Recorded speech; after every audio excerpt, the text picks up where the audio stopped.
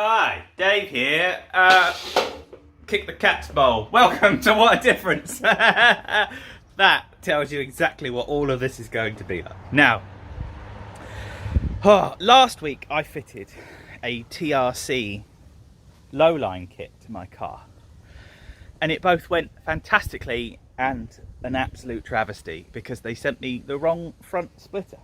Now, this whole debacle was fixed very well, and I would like to say thank you to TRC, but that is definitely a video that should have gone up last week, but because of problems and me being a stupid man-child and not being able to just hold fire and do the things that I should be doing in the order that I should be doing them, it's on.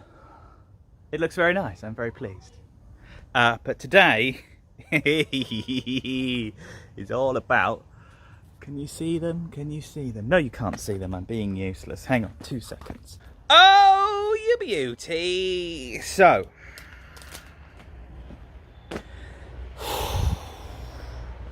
where do we start with this story? Hang on. Once upon a time, late 90s, really enjoying cars at the time. Always been into cars, never been able to afford them. I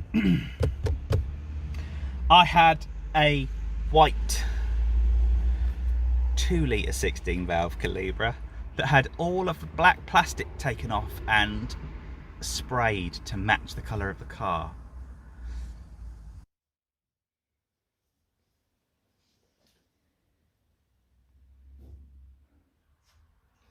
And the exhaust didn't make any noise and the suspension didn't really work because I fitted springs that were lower and the rear ones just didn't go any lower. And then I swapped this car for a Vauxhall Nova because I saw this car and I was just completely in love. And the guy that wanted a Calibra red top wanted my Calibra red top and I wanted his Nova. It was 1.6 GSI and it had loads of gear done to it. I probably got some photos. If I have, I'll dig them out here, and if not, I won't. And it had blue neons underneath. And it made me very happy. Because I've always been a proper chap when it comes to cars. I only found out recently I'm apparently a ricer. Which basically means I'm all show but no go. Which is absolutely correct because I have a 1.25 EcoBoost Focus, which I adore with all of my heart because it looks genuinely a beautiful machine, but it only has 125 brake horsepower, and the only way to get any go out of this car whatsoever is to just scream the tits off it constantly, which sounds terrible, but it's not, because you can't hear a single thing that the car is doing. The engine doesn't make any noise, the exhaust doesn't make any noise, the induction doesn't make any noise, and it just whispers around absolutely everywhere with the needle up around 4.5, because as soon as you hit 5 it bounces off the rev limiter. So I will show you me fitting the body kit to this car, the lowline kit to this car, because that's the one thing that you're all going to want to know about. And lots of you are going to sit there and look at my car and go, you absolute idiot, because I fitted silly blue lights. Well, they're not even blue anymore, they're multicolored and work with an app on my phone. But that doesn't matter. The point is that I'm going to be fitting lights to the underneath of my car that I'm not going to be able to use very often because it's quite illegal. And it's going to make me very happy. Now, the thought of doing this frightens the absolute Beelzebub out of me, but there is this domey dome here that is soft and pudgy, and I can't reach it with this hand while I've got my phone on the thing. But I'm basically going to puncture a hole through that and push it through and see what happens, because I need to get the wire to make the lights work from outside of the car to inside of the car. Do you know, I don't even think I need to do that if I'm thinking out loud, because look, the battery's here. If I ran the live to the live and the negative to the negative on the battery, then I wouldn't have to have any electronics inside the car whatsoever, because this whole thing runs on... No, I do have to, because I need a switch to turn them on and off inside the car. So we're going to go back to the original plan. Look, I'm thinking out loud. Thinking might be a bit strong, but it's definitely loud. I'm going to slice a hole in that and then take the power cable for the neons and push it through. Or more to the point, I'm going to try and get a piece of piping from somewhere and push the piece of piping through and make sure I can see it on the other side of the dash. So I had one of them there epiphanies. I poked a hole through the rubber. I then took a metal drinking straw, which we won't be talking about in case my girlfriend sees it. And if you do see it, don't worry, I will have washed it up or thrown it away. We might have to buy it. I poked it through that, so then I can poke the power wire through that, go into the cabin. I got underneath inside the cabin and found out where it comes through on the other side, which is literally, no word of a lie, right behind where the fuse box is. So, we are on the right track currently. Target achieved, but trying to show you how it's achieved is going to be difficult. Now, behind this piece of carpet is where the tube comes through. So all I have to do is flap. Oh my God, the access under here is awful. There, look, so I've pulled the piece of flap down, which leaves everything dark, but the wires come through there. You can just see the little ching shine of the tube. And then if I grab a pair of pliers and pull the tube all the way through on this side, it means that the plug to go into the neon unit, the control box, will be on the other side. The rubber will be nice and tight around the cable, so it shouldn't leak. Winner, winner, chicken neon. Updates, updates, updates. Through here, under the airbox, through all the wiring, and down through the hole that allows you to get to nothing. But that's fine, because that hole is going to come in handy, because it means I can start cable tying stuff up to the floor tray of the vehicle. So all I've got to do is route them through, pull them through underneath, and make it so that box is screwed to something appropriate so I can waterproof it later on. It's hot, it's too hot, it's so damn hot in here. It's 30 plus. It's hard, but we're going for it. Right, I stopped. I became downhearted because it's not working. I've bought a couple of these things. And that one is too big. So I went and bought another one. Like that. And that one is too small. So I need the mummy bear of piggyback cables, which is really pissing me off. So I think what I'm going to do is I'm going to wire that. It's a 3-pin switch with a little LED on one side. I'm going to put that, hang on, stay there. It works. Look, I'm going to put that, telling the whole universe, in there. I'm going to drill it underneath there. So while I'm going along, I might put it on, no, I'm definitely going to do it inside so it's invisible. But I'm going to put a little switch there, so as I'm driving along I can just go click, and the neons go on and off. So I need to run 2 cables all the way through, behind there, out to there, connect one to the constant power and connect one to the neon kit, and then find an earth somewhere. So I'm going to do that, and I'm not going to come back, because doing any project is about having little victories that don't go wrong. And so I'm going to do something that I know is going to work, or at the very least I'm going to do part of the process that I know is going to work. Then when I'm finished and I've found a ground, I know that all I've got to do is hold it on the battery terminal, and at least I know everything turns on. And when everything turns on, I can put the neons underneath the vehicle and start wrapping up all the cables so they don't hang all over the place. This is not conducive to playing with my car. Oh, this isn't like California, this is England. Go back to 22, please. It's like this. Oh, don't do it. It's not worth it. Don't put neons on your car. It's a stupid thing to do. My t-shirt's on inside out because I sweated the inside out so badly, and I'm out here in the sun. I think I'm just going to take it off. The engine bay. So Where my illustrious straw is, oh, the way over the back, is working perfectly. I've pushed it through so I can collect it on the other side. Once that's done, then it's done. That goes underneath the car to the hideous cacophony of wire, which I'm not sure if you can see is down there. Yuck. So that's going to have to be cable tied inside the vehicle so it's a bit safer, but that is underneath the train. It's nowhere near anything hot or wet or anything like that. If I lay down, trying to go around all of the plants that want to hurt me today, under here the wires hanging out, which I can pull and tighten and just make a little bit better when I get underneath the car properly.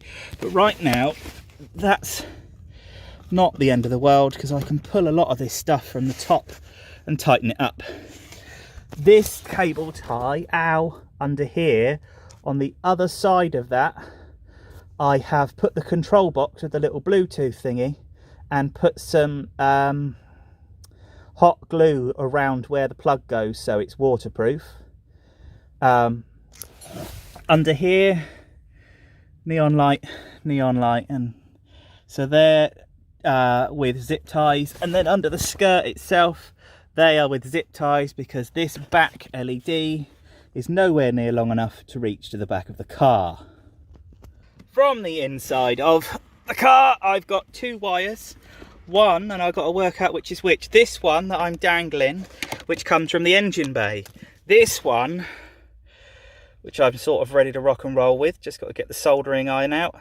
I'm going to attach to the battery, which is in the fuse box under here, which you've seen, which I don't have the right size for. And that piece of wire goes all the way through to the little cubby hole under here, and in the cubby hole is the switch to make it all work. The temperature's come down a little bit. It's only about 34 degrees now. It went up to 39. I have a photo of it being 39 out here. This should have been a joyous occasion, and it's a bit shit.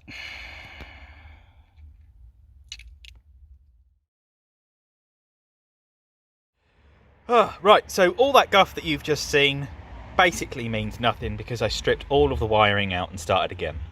So this is a little rudimentary for the moment. You'll have to forgive me. Tomorrow I might tidy it up, but it's been a very long week at work because you've seen the heat and that went on for ages. So that is my live, and that is speaker wire, because there are two, you've got a left and a right, or a positive and a negative. So battery terminal into the car. The live goes to the middle pin, then the right hand pin goes back under the engine bay, so that's the return, and goes to the live of the actual wire that goes to the thingy.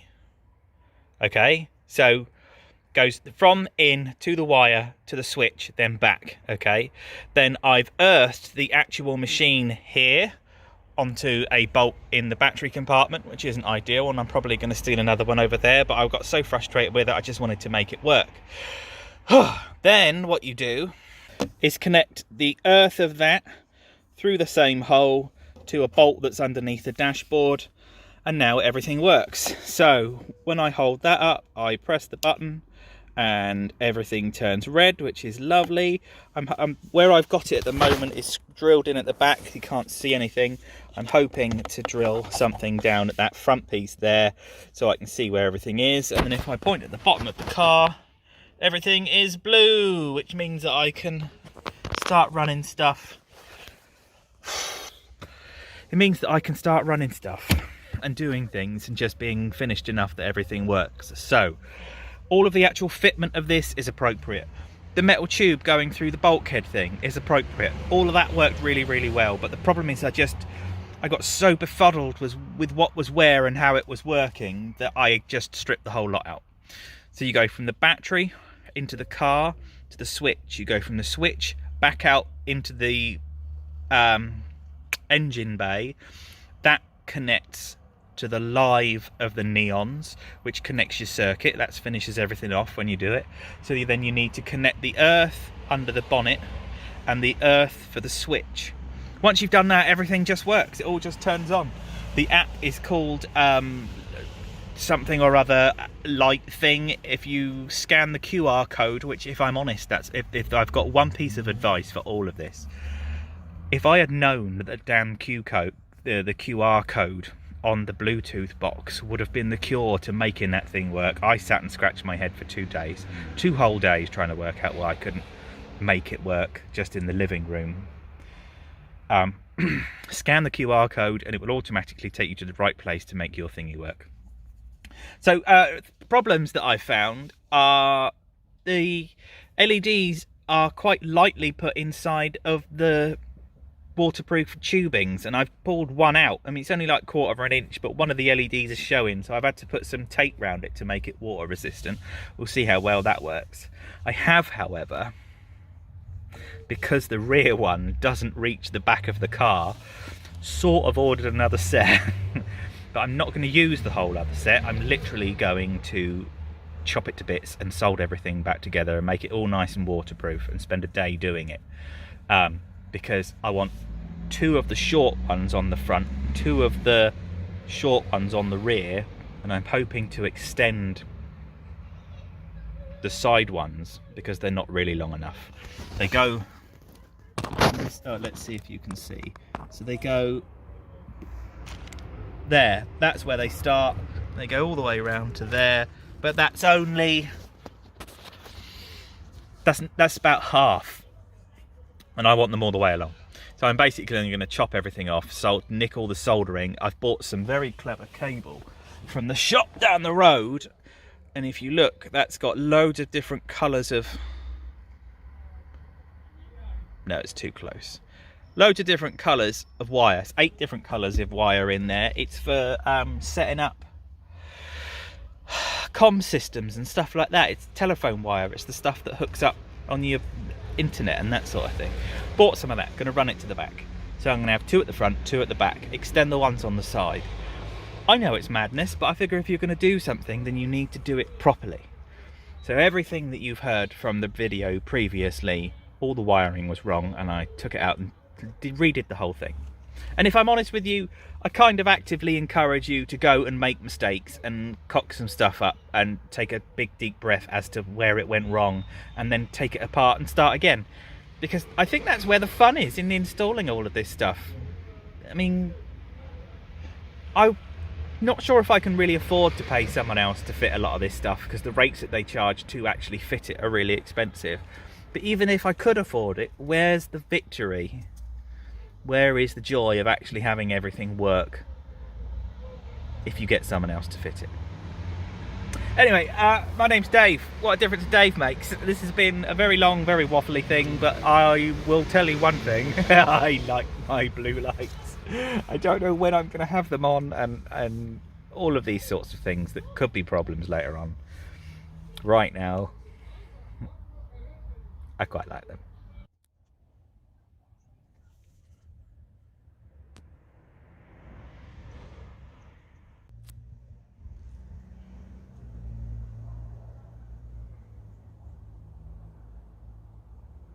Such a massive child. Yeah.